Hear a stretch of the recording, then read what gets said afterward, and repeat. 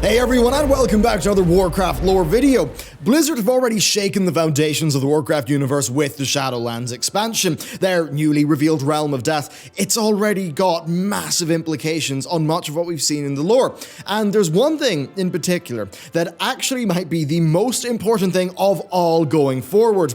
What exactly is a soul? And in exploring this question a bit, I found Unsettling Truths of the Warcraft Universe, a gross perversion of nature, the unseen tragedies of the universe which are incredible in scale, and what might be the ultimate goal of the light, and even why the Draenei have been very naughty indeed. And with all that spelt out, it's pretty clear that the Shadowlands have got terrible security. All of their secrets are just slipping everywhere. And that's why you need Dashlane, today's sponsor. They are much more than just security though. They make internet browsing so much more convenient. They've also got dark web scanning, a VPN, and more. And you'll get 10% off with my code in the description of this video. So, Dashlane, what it does is it generates a high security password for each of the sites that you use, and then through its extensions it just automatically logs you into them, and that means that you never have to manually type in a password again. They just do it automatically, and all your info is locally decrypted using your master password for Dashlane. So even if they were hacked, it would be like breaking into the bank but finding out that the bank doesn't even have the key to the vault, so it's extremely secure. Also, if a site that you use is hacked, then Dashlane will send you a security alert. You get all of that in one app across all platforms, and if you follow my link and use my promo code Bellular, you will get 10% off. Thank you to them for sponsoring this video and supporting our channel, and with that, let's get into the lore.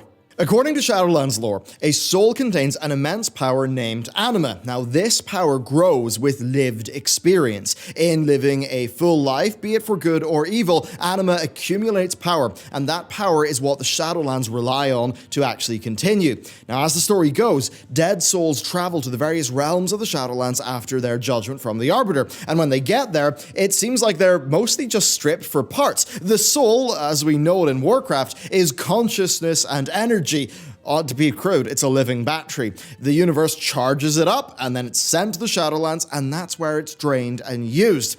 And the grand reveal is that the natural order is for souls to just be taken to the realms of the Shadowlands and used. The machinery of death. However, that machinery is now broken, and souls are now being dragged into the maw, and this is likely a ploy to empower the jailer and to break whatever shackles bind that titan-like figure to his grim duty.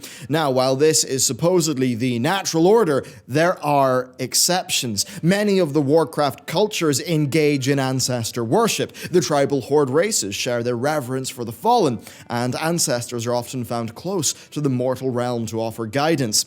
While some of WoW mirrors the idea that restless spirits stay close to the living and, those can rest in peace and move on, this isn't always the case. Passage back from the Shadowlands is not insurmountable, as the prevalence of, say, necromancy proves.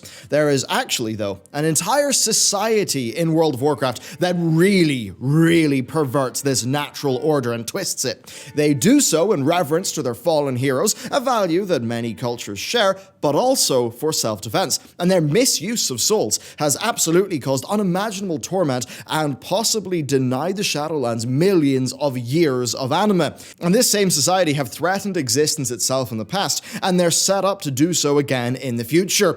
Who are we talking about? It's the Draenei. Before becoming the Exiles, they were the Eridar, and they had a very long history of using soul magic for their own gain. They're an extremely long-living race, as most in the Warcraft universe are. And while most other races eventually do accept death in some way, the Eridar actually bind the souls of their warriors to vigilance, so they can, continue their vigil for eternity. Now, the thing is that in anima terms, that's actually denying the Shadowlands tens of thousands of years of potent energy. And it's not just the vigilance. Because, AUCHINDOUN. I mean, you might think that's just a fancy graveyard. No, it's not. While not central to the plot, AUCHINDOUN was an important part of both the Burning Crusade and Warlords of Draenor. Thinking about its history from the right angle, it is extremely suspect. So it was built in Draenor to shield the souls of the dead from the Legion's fell magic.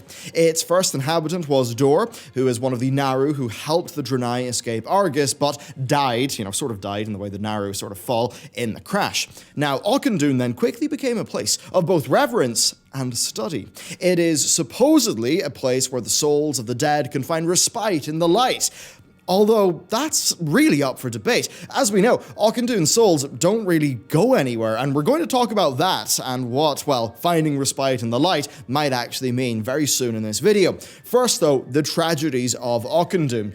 We have two known outcomes. In our timeline, during the Orcs' genocide of the Draenei, it blew up, right? The Shadow Council knew that it was a massive collection of souls, and this is something they valued very much because fell magic, well, what does it do? It consumes the power of a soul and just leaves that soul completely shattered and destroyed. So, yes, warlocks and demon hunters like myself, well, we're total dickheads and we're literally destroying the natural order, but I mean, hey, don't let that discourage you. Now here's the thing, if the Shadow Council thought of Auchindoun as a massive battery, well, that must mean that the souls actually stuck around there rather than go away to the Shadowlands. So when the Shadow Council got access, they drained the souls to keep the Elemental Lord Murmur under control, but his botched summoning, well, that is what actually, well, you know, caused that big explosion that heavily damaged Auchindoun in the first place. And once the doors were blown off, well, everyone who wanted soul fuel, they could feast on the entire history of the Draenei people.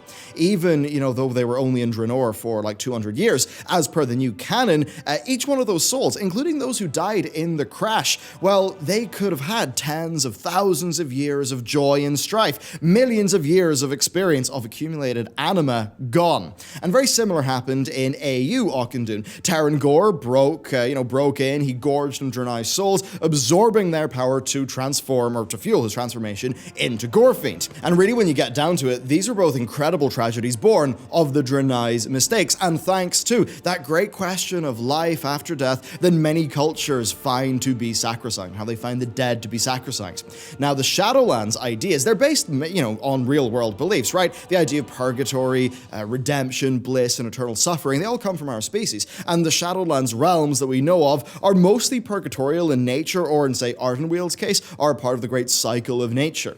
You know, there's no doubt, say, that the Maw is hell. And actually looking at the process, you know, the processes of each of these realms of the Shadowlands, souls, I mean, as I said, they're picked away for scrap. They're just used for energy. It's a far cry from most religious ideas of rest. Even in the seemingly nice realms of Bastion and Ardenweald, there's a deep insidiousness. Bastion's denizens, they literally forget who they are to engage in their new duty. In Ardenweald, the souls pretty much are just used for fertilizer, for nature. And in each case here, I think the thing that matters is that the consciousness appears to be gone. You know, all that living experience reduced to anima.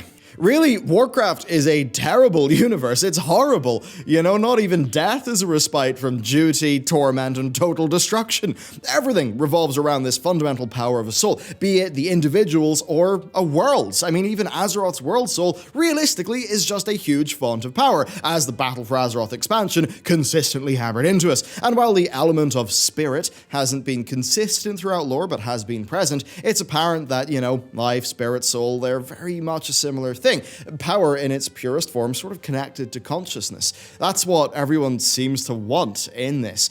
Countless souls have been tormented, enslaved, or destroyed to be used as fuel for various sources. Even in, in Shadowlands, we've got all the soul traders going on. I mean, Illidan, he had immense power beneath the Black Temple in the Reliquary of Souls. Arthas had his damnation or domination gear and the Forge of Souls, and then the entire Legion operation ran on soul engines. Soul engines, I mean, souls are just like the real world's oil. So, with some grim foreshadowing done here, let's get back to the Draenei and the dead and the light. So Draenei keep the dead around supposedly for their safety, and this is rather unnatural in the Warcraft world, and it does seem doomed to tragedy. I mean, based on what we know, yeah, they probably would have been best just letting their dead safely cross over and maintaining the natural order of things, yet they ended up building a combined city, fortress, and mausoleum to house their souls. And this is where we enter the light. Auchindoun was constructed like for a soul thing. It was around the dying door to contain and to protect the souls that were attracted to Dor's energy. Now, Dor was a darkened Naru, one who was going to regenerate in only a few hundred years.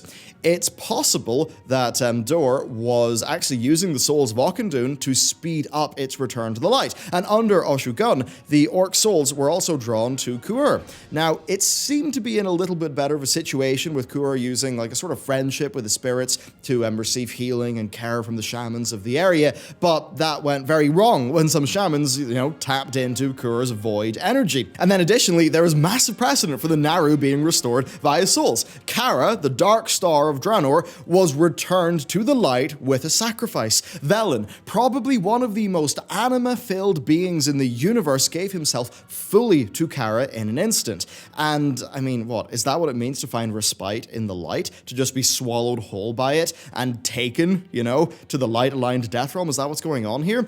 Dor could have just been, doing that with the dead. Now, it's unlikely that the Draenei were that aware of this stuff going on. The Naru are known to be quite secretive, and, I mean, we do know that Blizzard really like to show the bad sides of cults and religions in the Warcraft universe. Between what happened with Xera and Illidan, maybe YREL's Lightbound as well, it's clear that the Naru are not our benefactors. They're not. I mean, we're inconsequential to them unless we are serving their needs.